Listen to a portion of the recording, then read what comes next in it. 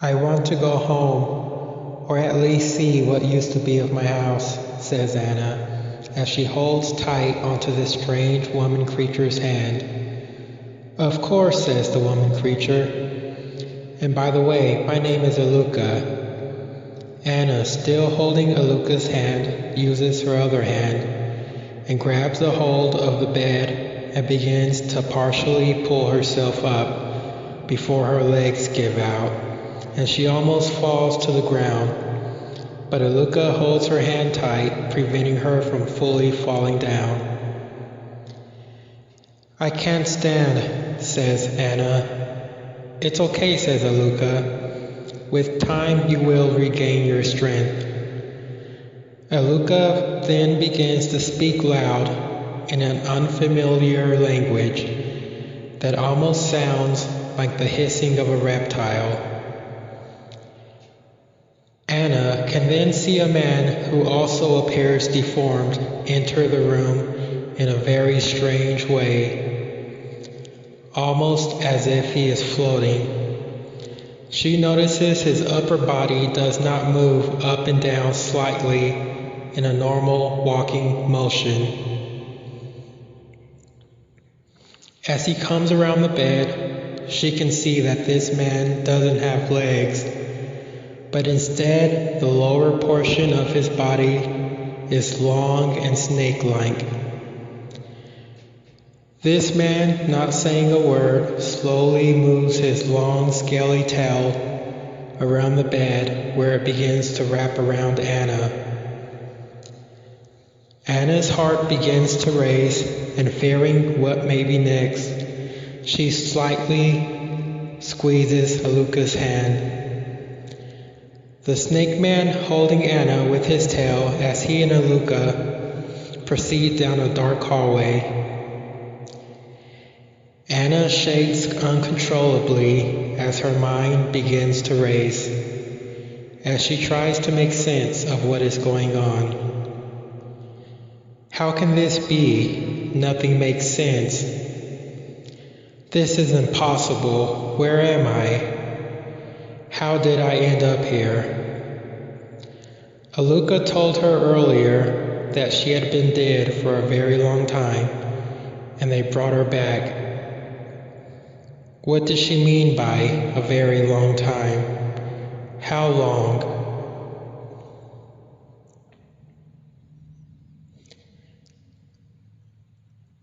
Where are the normal humans I remember? I have to escape as soon as my legs get better. If they get better, she thinks to herself. This could be a lie. Maybe they purposefully paralyzed my legs so I couldn't escape, she wonders. Tears begin to roll down Anna's face as she begins to realize she's powerless to do anything and is at the complete mercy of these strange creatures. How do I even know these creatures are being truthful? At the end of the hallway, Aluka opens the door and they enter a balcony. The snake man unwraps his tail from around Anna while gently sitting her down. He turns and slithers away, closing the door to the hallway behind him. Aluka sits down next to Anna. Anna is in disbelief at what she sees underneath this balcony. Is a sea of thick clouds as far as the eye can see in every direction. And not only that, but Anna can sense that they are very high up in the sky, above the clouds. The hallway they just exited must have been the top of a very tall tower or building, taller than anything she's ever seen. Aluka, still holding onto Anna's hand, begins to speak. Anna, this is Earth now. It's like this everywhere. Every inch of the sky is now covered. How long has it been since Anna then stops herself from completing the sentence. The thought of asking about how long she's been dead causing great sadness, fear, and a very uneasy feeling. She instead asked, "What happened?" Aluka replied, "Empty, placeless humans." Anna, feeling confused and scared, looks out at the sea of clouds, which are beautiful, but she also senses great evil, sadness, loss, and end of everything, emanating from these beautiful clouds below.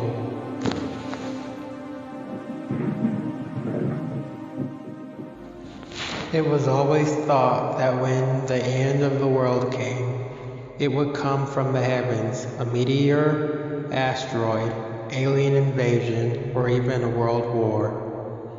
As the story is told in the many religions of the world, the end would really just be a new beginning. A God would come down from the heavens and save humanity during the end, and then reward them with everlasting life in a perfect place. But that's not how it happened.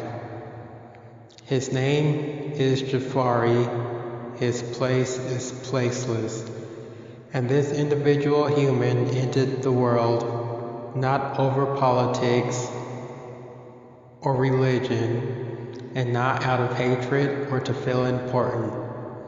He ended everything simply because he could. Born in the mid-2040s, his parents had struggled for years to have a child. When his mother finally became pregnant through artificial insemination, she was thrilled to later discover she would be having twins. During the day of his birth, he and his twin brother suffered severe medical complications.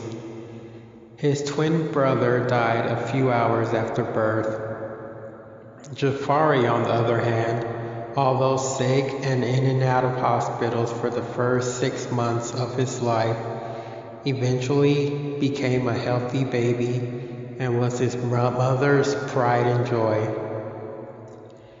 She would sit rocking her baby for hours on end, grateful that she finally had a baby and everything would be okay.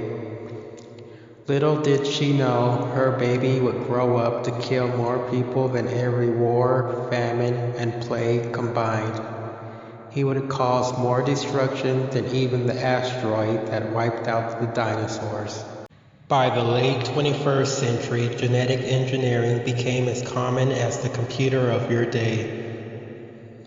Everyone born after 2090 had at least some form of genetic engineering. Everything from mutating white blood cells to fight the various new viruses, to extra mental capabilities for scientists, politicians, and the wealthy. Computer technology began to take a backseat to genetic engineering. Why watch a movie or play a video game when you could live or entertain yourself with anything you can imagine inside your own brain by genetically modifying the perception and sensory portions of the brain? It was also during this time several companies began working towards genetically modified microorganisms to combat global warming, such as one microorganism that would eat excess carbon in the atmosphere. But like every other industry in human history, this would also become an industry fueled by money, power, secrecy, and intellectual property theft. One such theft occurred at a laboratory where Jafari, who many consider to be an amateur scientist, managed to steal samples of genetically modified carbon-eating atmospheric organisms. His original plan was to find out the secrets to their engineering so he could engineer his own batch with slight differences to sell on the global market. Jafari was not successful in ever selling his own batch of carbon-eating microorganisms due to his reputation of many failed scientific experiments. Jafari later discovered the microorganism structure could be changed. Instead of being engineered to feed on excess carbon, he could also make them feed on nitrogen gases, which is what most of our atmosphere is composed of. At the same time, he could also make them deflect the sun's heat away from the surface of Earth. Jafari fraudulently purchased several rundown factories, which he converted to grow and release his new creation into the atmosphere. He used several factory chimneys to release his microorganisms for 2 weeks straight. He releases trillions of his microorganisms, which when released looks like normal factory smoke rising in the sky. Eventually, many intelligence agencies noticed the strange clouds which did not dissipate over the factories, and they ordered them shut down. Jafari was soon arrested for interfering with air traffic because of how thick these clouds were. At the time, he gave no logical explanation for creating such thick clouds. As he was escorted to court, a reporter asked him if he was worried about the heavy fines he could pay for interfering with air traffic. His response was simple and prophetic: "You cannot find death." That same day, he committed suicide in his cell. Above his bed, he drew a picture of the Grim Reaper with his own blood. Many in the media covered him as just a mentally ill scientist who in his last days made strange clouds in the sky for attention. Little did they know this was the beginning of the end of the world.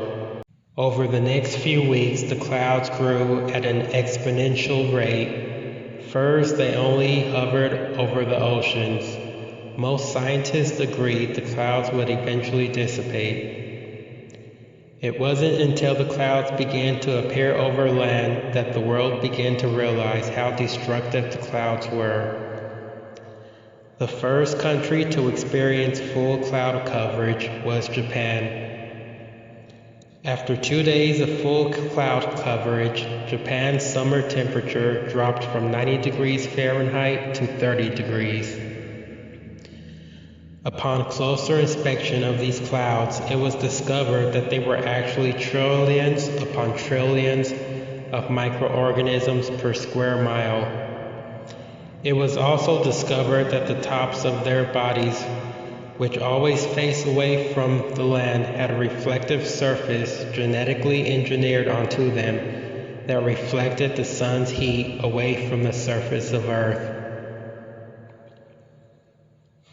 Each individual microorganism is invisible to the naked eye and lighter than air, but when trillions of them come together, they look like clouds, feeding on the nitrogen in the atmosphere.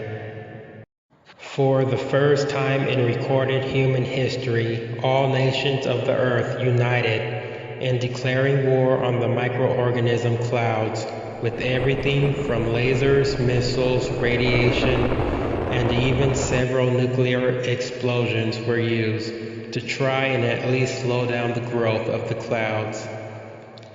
But to no avail, they continued to grow.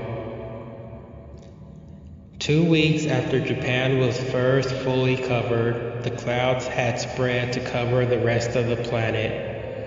1 week after full cloud coverage of Earth, the average global temperature dropped from 80 degrees Fahrenheit to 20 degrees Fahrenheit. By week 2, the temperature dropped to -50. By the third week, the global temperature plummeted down to -100 degrees. Oil and gas froze, followed by a worldwide blackout. 95% of all wildlife and vegetation died. By the fourth week, Earth's human population had dropped from 7.5 billion to less than 150,000.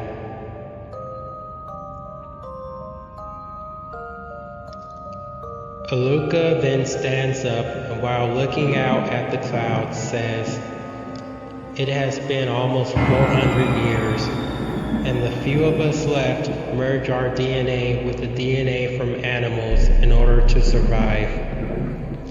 Many become part animal over the shame of being fully human, longing to become something better.